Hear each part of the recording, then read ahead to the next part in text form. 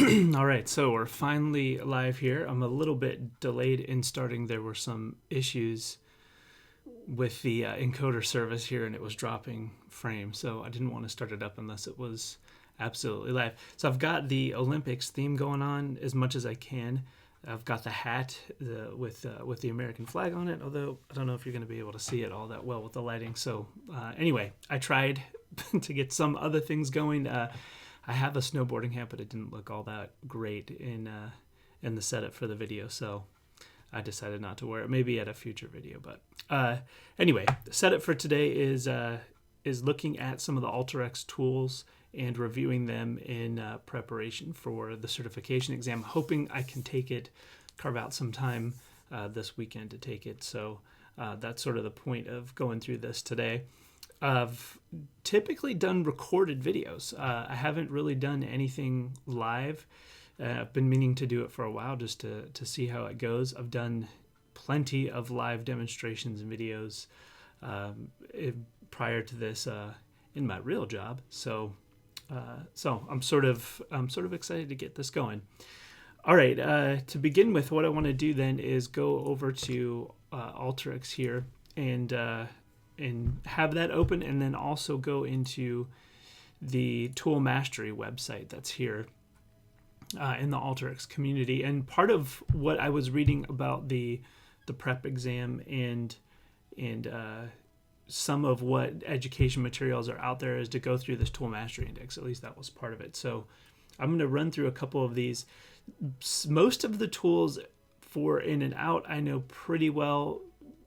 I think there might be some questions on the exam, at least what I've initially seen, about pulling in directories of information and things like that. So maybe we'll have to take a look at those.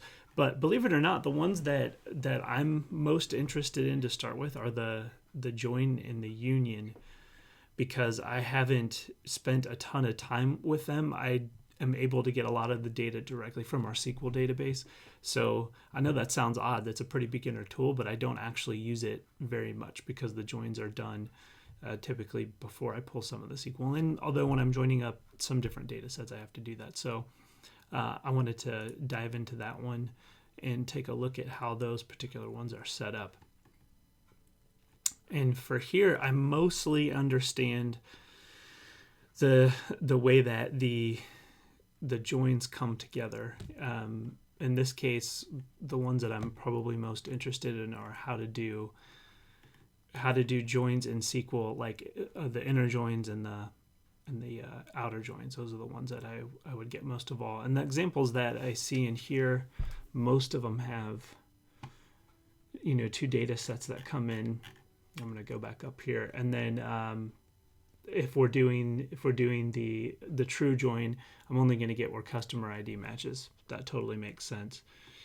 And then in joins where I maybe want 3 and not 1 or 2, then I would want the item that's coming in from the left. That makes sense. If there was a 4 customer ID down here, then I would want the right version of it coming out. So that all makes sense. I'm good with that. Now the question is, how do we get like a SQL join if I were to do an inner join?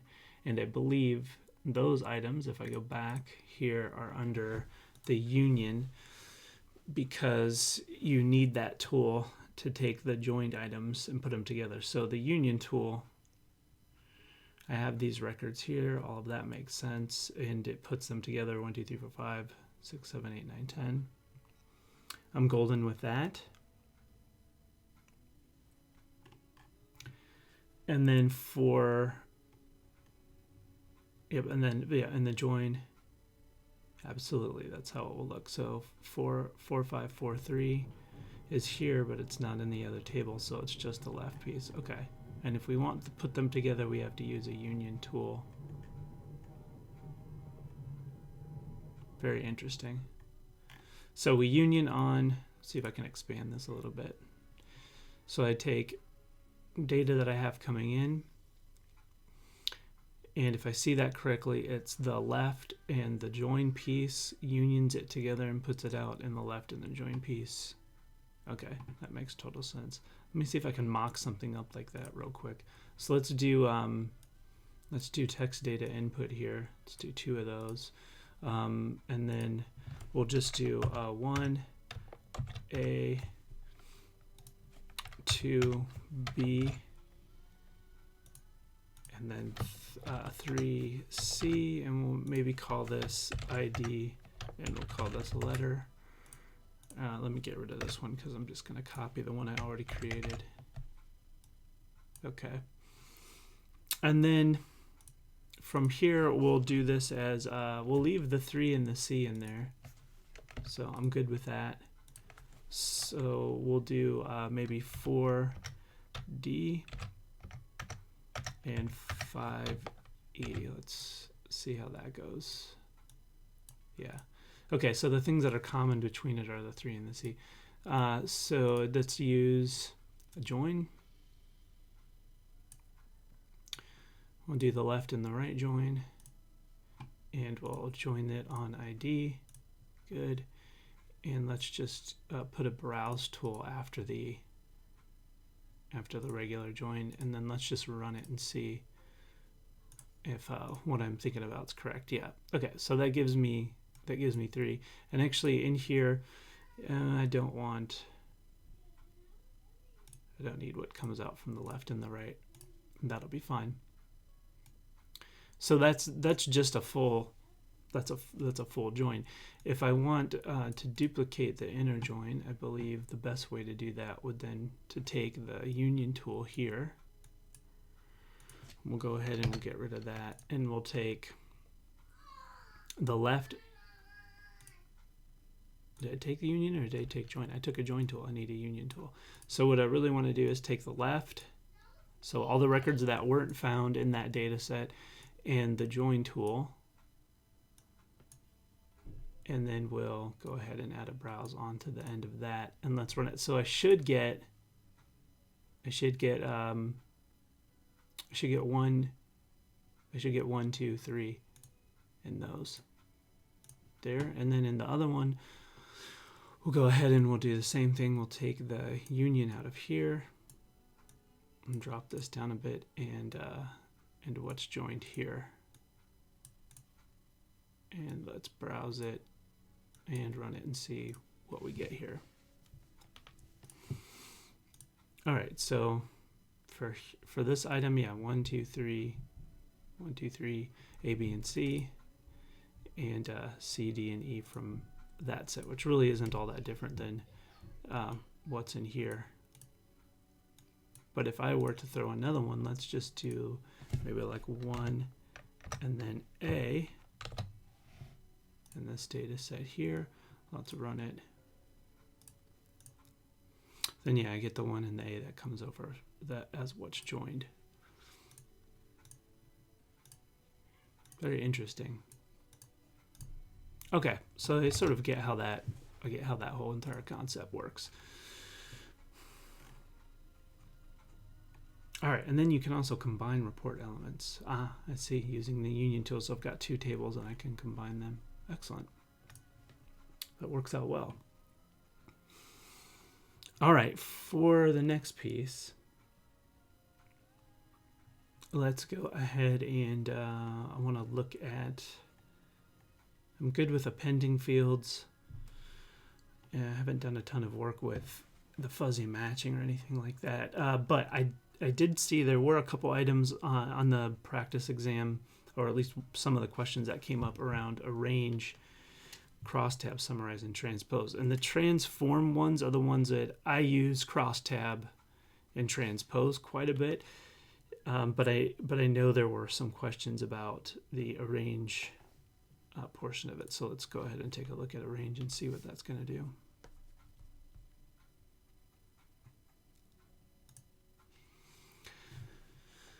I'm not confusing, but I'm confused. Yeah.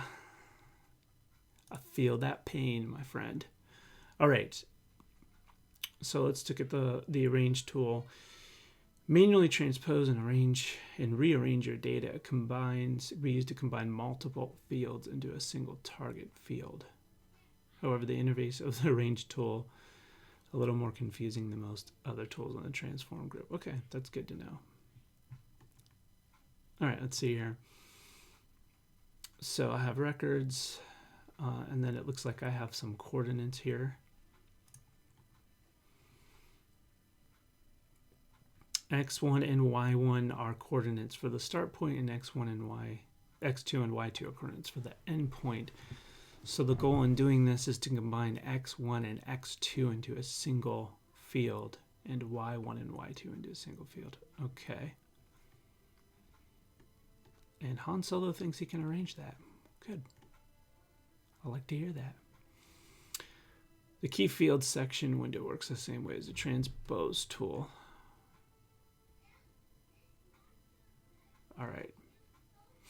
So I'm going to have X1, X1, Y1, X2, Y2, and then I have to choose the columns they go into.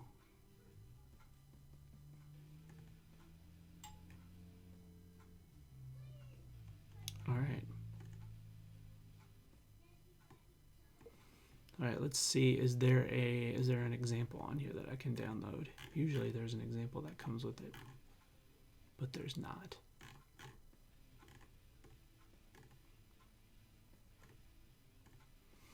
All right, let's see if we can do a quick replication of what this looks like. So I'm going to pull this over here, and let's start a new workflow.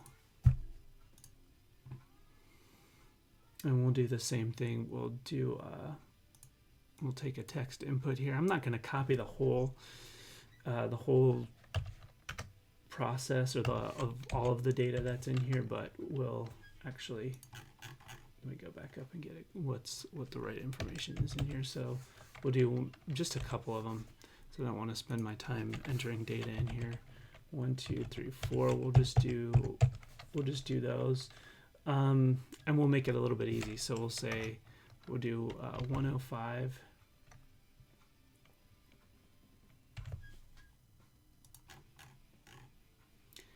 And we'll do 39. And then we'll do maybe like 104 and 40.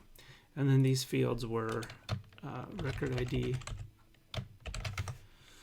This was X1, Y1, and this was X2, Y2. Okay, so something like that looks decent. And then let's just copy some of the, or make some of these roll down here. So 105, 106, 110. Let's back this up a little bit and do like 35, 36, 37, 30, 38. 111, 112, 113, 114, and we'll start the next one off 39, 40, 41, 42. Okay, so I have that data set starting in there. Okay, and then we're going to use the arrange tool. So we're going to go to transform, take arrange, drop it in there, and I'm also going to put a browse tool at the end just so I can see what it looks like when I'm done. All right, so according to the instructions, then what we need to do is add a column here. So we'll add a new column, and we're just going to call this X, and we're going to take X1 and X2 out of here. Let's say okay. All right, that makes total sense. All right, and then in the fields window, we should give it a description. So we're going to call it 1 and 2. That's good. All right, and then we have to do the same thing for the other group. Okay, we're going to call this one Y instead of X, and we're going to make this Y1 and Y2. All right, and that's going to have a description of 1 and 2 also.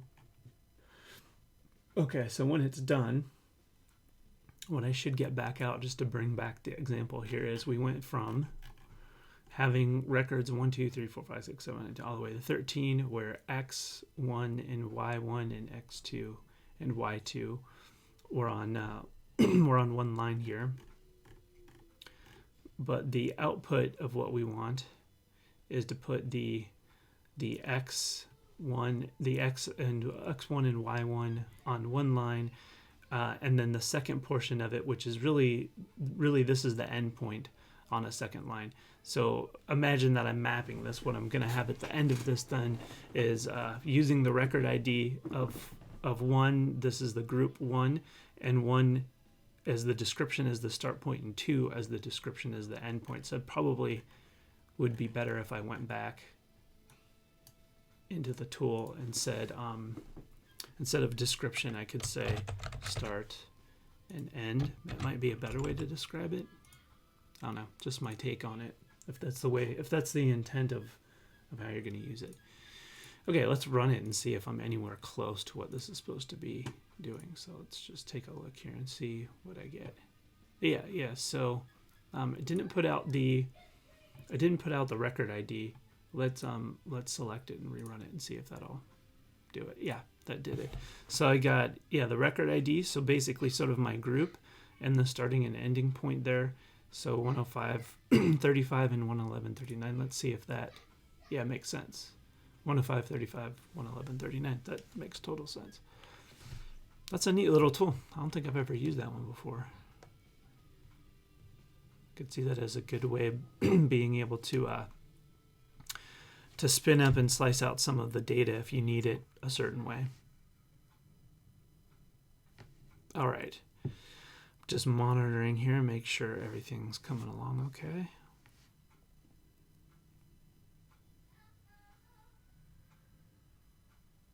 All right, looks good. Let's pull back the menu here, and I'm just going to roll through the transform. I think that's kind of the ones that I want to focus on for today. I know there's a ton of other tools, but I just want to spend a little bit of time going through each one. So let's do Crosstab and take a look what's going on as I grab some coffee.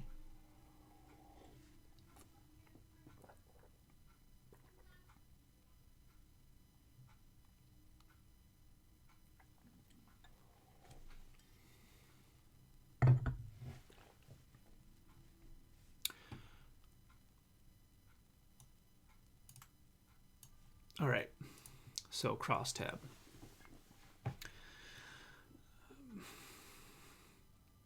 So sometimes you look at a steaming pile, of data, and you wonder how you'll ever get it into the form you need. True. Every option seems to require a great deal of manual labor, and as a data blending professional, we're an automated workflow, so that's the whole point. Situations like these, you may want to get shaking things up. There's no better tool for this than Crosstab. Reshape your data into any which way, allowing you to approach your problem from a new angle. Okay, so let's go ahead and say we receive the data that we're looking at here. Looks like we have a ID and a person's name, all combined into one. It's the ID number for a medical journal article in a database, okay? And each FAU is another author on the paper. Okay. There may be any number of authors for a paper, true. Okay. So the goal, the table with ID numbers in the first field and columns corresponding to the authors. Okay. So group them together.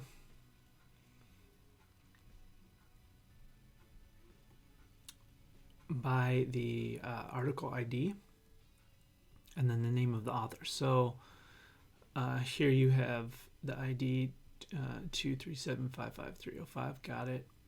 Main author, and then it looks like there's 2 other authors associated with it, and the rest are null. Okay, that makes sense. Next paper, there's at least 4. There may be more than that. Yeah, it looks like there's probably some additional ones. Okay, all right. All right, so prepare the data by filtering and splitting away the identifier. Looks like filter, split column, okay. I use a multi-row formula to identify the ID column and authors uniquely. Good, okay. I've used the multi-row formula tool. That tool is awesome. It's probably one of my favorite tools.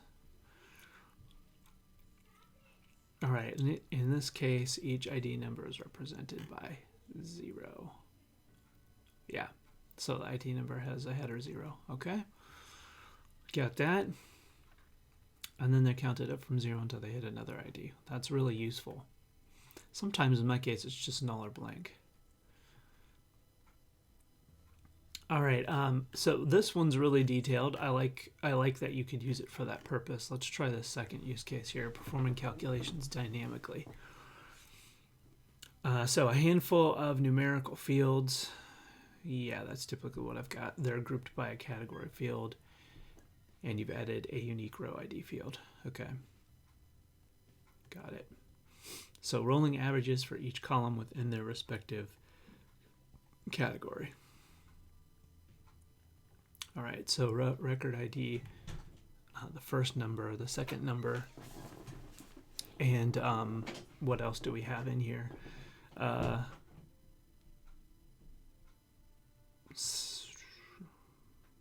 it summing it?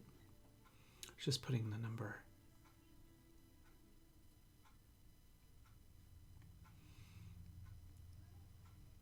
All right. Okay, there we go, much better. So instead of writing multi-row formula, yeah, transpose everything down to a single column and tack on the key fields.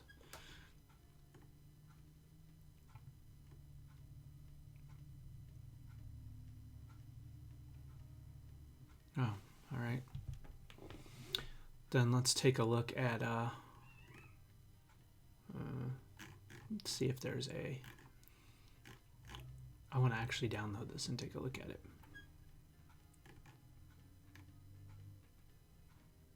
Yeah, let's do that.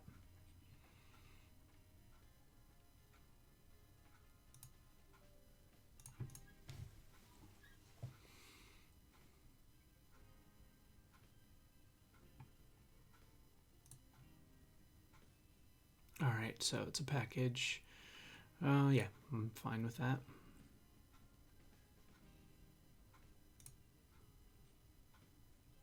Okay, let's see. That's really what I wanted to look at.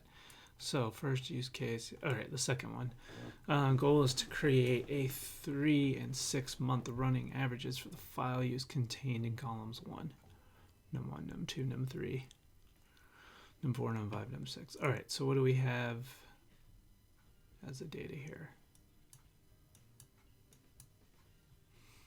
Okay, and we give it the record ID. So it's kind of a neat tool. So you can give it a starting value and it will just add numbers from that point on and basically create a unique record ID for each field if there isn't already one in the data set. So here's our transpose tool.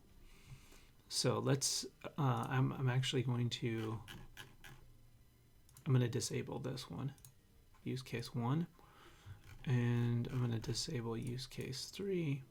I don't want those to run right now. Let's, can I see any of this stuff? No. Let's go ahead and run it and see what comes out. Okay. So again, data coming in. Category, year, a month, and then 6 different number columns. So the record ID, the output of this is going to add that record ID sequentially, which it did. Okay, very good. And then the transpose, the data that I have coming in here, what I'm going to do is transpose all the data fields to reduce the quantity of row formula operations necessary. So the key fields are the record ID and the category. And let's go up and take a look. Okay. So category might be a product or something like that. And then the data fields are the numbers. Okay. And let's see what we get out on that side. All right. So it created, I see. So it took what was basically what would be a transpose inside Excel, and took, instead of the numbers 1, 2, 3, 4, 5, 6 being columns, it made them rows. So now I have record ID multiple times for each row that took place. Okay, good. That makes total sense. And then I get the 3-month average. So using a multi-row formula tool here, and take the 3-month average is going to be the average of the current row minus 2, the value of the current row, and then the value of the current row minus 1. So in essence, if I'm looking at them, I take the current row, back 1 row, back 2 rows, basically how it calculates it. So that makes sense to me. I'm good with that. And then this is a crosstab, so notice the pictures here. I think it's going to be important on the exam to be able to recognize the tools by the picture instead of by the name. At least that's the sense that I got when I was looking at some of the exam prep questions. That some of them were just, this is the tool, and you sort of have to figure out what the tool is doing and go from there. So that's what I'm understanding anyway behind all of it. Okay, so crosstab then. This one makes a little bit more sense to me. So record ID as the value, and at this point coming into it, there's multiple. Yeah, no, this is just giving me the 3-month average, so there is only going to be one per. And so based on record ID, and then there's going to be a new column, and it's going to be created based on the name, and the name is the numbers again, num1, num2, all of that stuff. Okay. So basically I'm rebuilding what I untransposed, and the value is going to be R3, and I'm just taking the first one. Well, there's only one. There will only be one. So the outcome, should be basically untransposed or cross-tabbed back into what it sort of looked like before, but this time it's got the 3-month moving average in here. And then we're going to use a dynamic rename. Makes sense. Okay. R3 month, and then we're going to tack on the month, the number name field that we put on. So the rolling 3-month average for num1, num2, okay, good. And then there's this is a join multiple instead of a union tool, and then we can rename some of the fields here, rejoin them back in, choose what we want, and stick it back out. I'm really just interested in what the transpose tool did. Okay, that makes total sense to me. I'm good with that. All right, let's go back and look at another one here.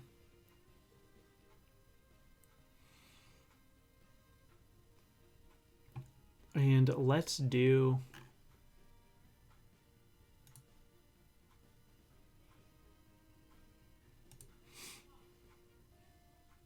take a look at the. I get what crosstab does. I think I'm fine with that, and we got to see. We saw transpose. Maybe we'll do summarize, and then we'll just call it here. So let's see what summarize is going to do.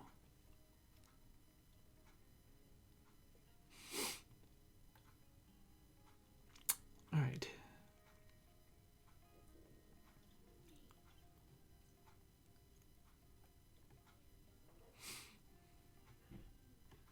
All right, so for the summarize tool, let's take a look at what we've got.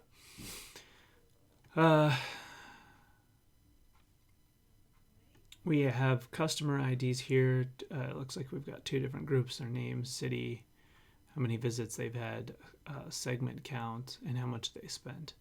Okay.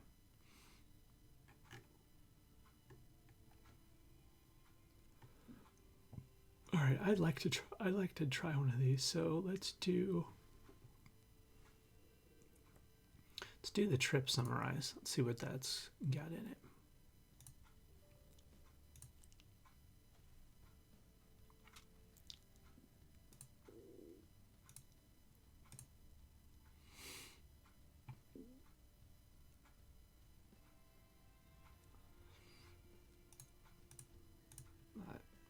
it looks like that didn't import. So let's see if it comes through. Yeah. So this was, it was called customers with purchase data, and it's in the Alteryx samples. So let's see if there's another one in there. Maybe there's some reason why it's not coming through. So sample data. This was customers with purchase data.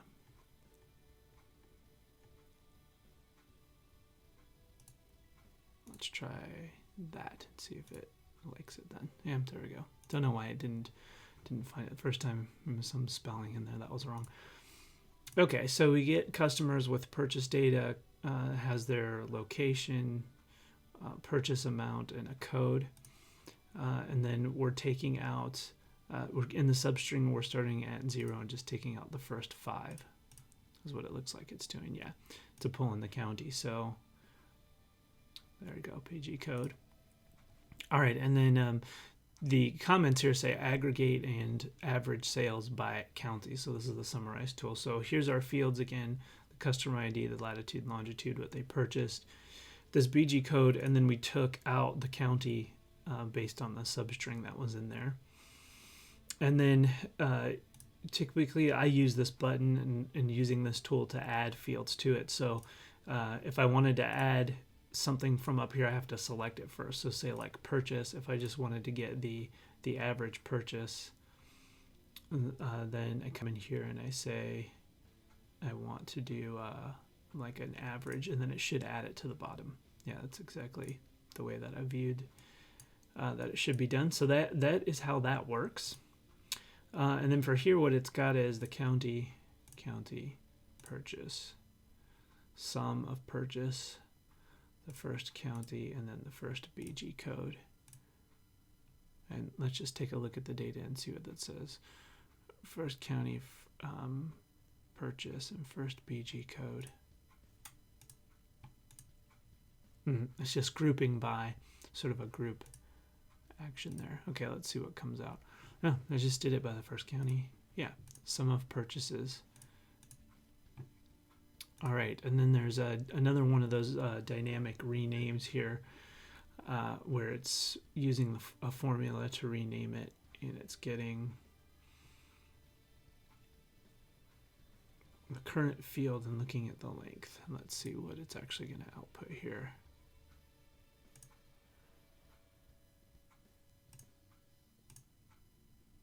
Let's see, yeah, just renames it as county. Oh, everything else looks like it's the same. Pretty simple tool to use. I think the most important thing to remember is how to actually you select a field from here and then add what you want it to do down to the bottom. That's pretty much it. Yeah, I'll save that because I want to keep what I did there. All right. I'm going to leave it there, short and sweet, just reviewing some of the tools in that set. Do maybe another session here later on in the week and review some of the other tools that we're using. So we'll leave it there.